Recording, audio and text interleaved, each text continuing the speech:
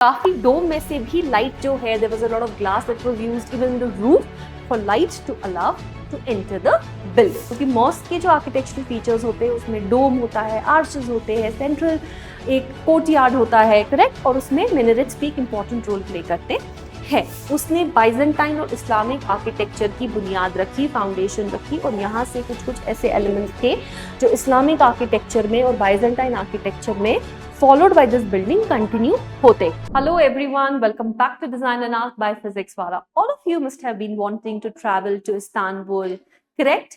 हमने हमेशा अगर इस्तांबुल के बारे में सुना है, हमने टर्की के बारे में सुना है, तो हमने हाया सोफिया को हमेशा इमेजिन और कनेक्ट किया होगा टर्की के साथ, राइट? सो लेट्स सी कि हाया सोफिया जो है बाइजेंटाइन आर्किटेक्चर का जो ब्रिलियंस है, वो मास्टरपीस है, उस आर्किटेक्चर में क्या क्या फीचर्स थे और हाया सोफिया की significance in architecture and history क्या है। So if I look at Hagia Sophia, okay, it is an architectural and a cultural landmark in Istanbul. Okay, so जैसा मैंने आपको बोला, अगर हम में से कोई भी इस्तांबुल जाने के लिए, you know, we want to go, we have this on our wish list, we have this on our to do list to visit places, then definitely ये बिल्डिंग जो है ये कहीं ना कहीं हमको रिफ्लेक्ट कर रही होगी along with the image of Istanbul और Turkey in our minds, correct? So एक कल्चरल लैंडमार्क बन जाता है ये। जैसे हम पेरिस को आईफिल टावर से कनेक्ट करते हैं, वैसे ही हम इस्तांबुल को हाया सोफिया से कनेक्ट करते हैं। It's a masterpiece of Byzantine architecture और उसकी हिस्टोरिकल ट्रांजिशंस जो हुई थी, ठीक है? चलिए देखते हैं construction period. If I talk about, it is 532 to 537 AD, commission by emperor Justinian. Okay, then original purpose जो था इसका, it was a Christian cathedral of the Eastern Orthodox Church. So Hagia Sophia started by being a cathedral, तो इसको as a cathedral design किया गया था।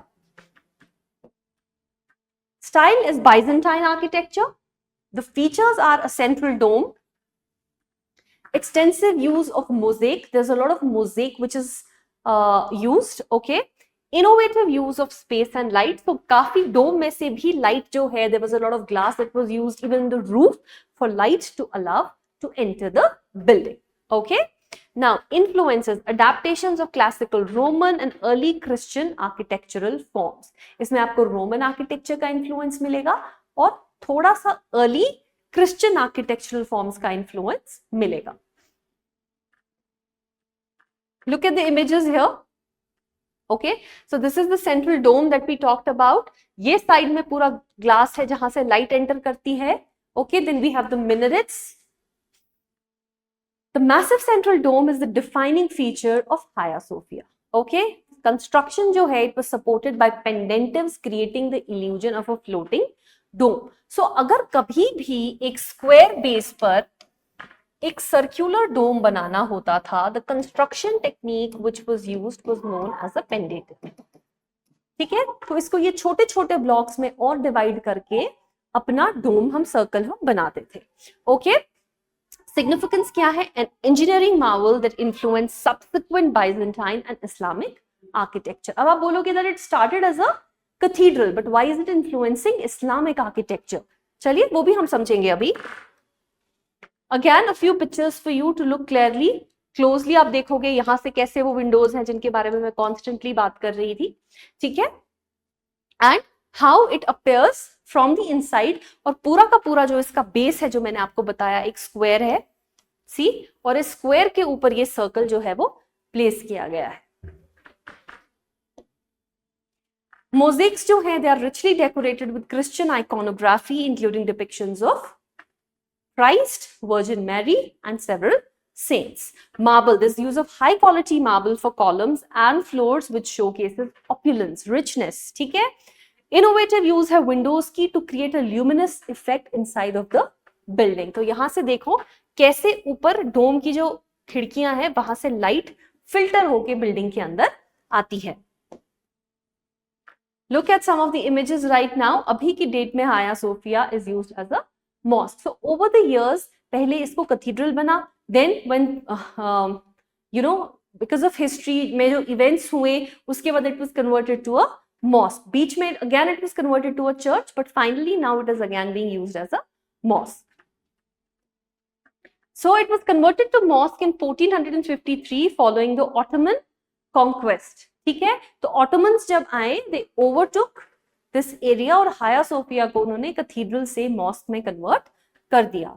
Minarets were added. तो जो चेंजेस उन्होंने किए, उन्होंने मिनरेट्स ऐड किए इसमें to make it look more like a church, क्योंकि सॉरी मॉस्क, क्योंकि मॉस्क के जो आर्किटेक्चरल फीचर्स होते हैं उसमें डोम होता है, आर्चेस होते हैं, सेंट्रल एक कोर्टयार्ड होता है, करेक्ट, और उसमें मिनरेट्स भी एक इंपॉर्टेंट रोल प्ले करते हैं, और कैलीग्राफी वगैरह भी उन्होंने इंट्रोड्यूस करी इसमें. ठीक है, the Hagia Sophia became a symbol of Ottoman architectural achievement. उसके बाद ये बाइजेंटाइन से ऑटोमन आर्किटेक्चरल पे अचीवमेंट बन गया. Okay, so now look, there was a lot of calligraphy which happened inside the building, जो इन्होंने इसके अंदर फिर इनकॉर्पोरेट किया, इसके बाहर इनकॉर्पोरेट किया. फिर ये म्यूजियम बना 1935 में. Okay, now it reflected a new era in Turkish history and cultural heritage management. तो पहले कैथीड्रल था, फिर मॉस्क बना, फिर म्यूजियम बना.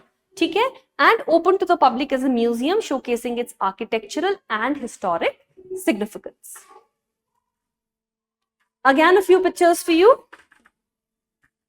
फिर reconvert हुआ मॉस्क में in 2020. It continues to function as a place of worship and it is a major tourist attraction as well. ठीक है, जो चेंज होता रहा था बार बार, it sparked international debate about cultural heritage and religious use. Few images again from the Hagia Sophia. Cultural impact ये है कि architectural innovation जो इसमें हुआ, उसने बाइजेंटाइन और इस्लामिक आर्किटेक्चर की बुनियाद रखी, फाउंडेशन रखी, और यहाँ से कुछ कुछ ऐसे एलिमेंट्स थे जो इस्लामिक आर्किटेक्चर में और बाइजेंटाइन आर्किटेक्चर में followed by this building continue होते. It is again a UNESCO world heritage site for its historic and architectural significance. ठीक है, it continues to inspire architects and artists across the globe. अभी भी यहाँ पे conservation restoration attempts जो हैं वो जारी हैं टू प्रिजर्व द बिल्डिंग. ठीक है, balancing its role as a religious site and historic monument while preserving its diverse heritage जो है वो आज की डेट में भी इसका एक चैलेंज है. ठीक है, so museum, mosque, started as a church, mosque, museum and again mosque. So I hope with this Hagia Sophia के बारे में आपको बहुत सारे facts पता चले होंगे, that how it is an example of Byzantine architecture, how it started as a cathedral, was converted into a mosque, a museum, and then again a mosque. Thank you so much for watching this video. I'll see you again in some other informative video. Till then, goodbye.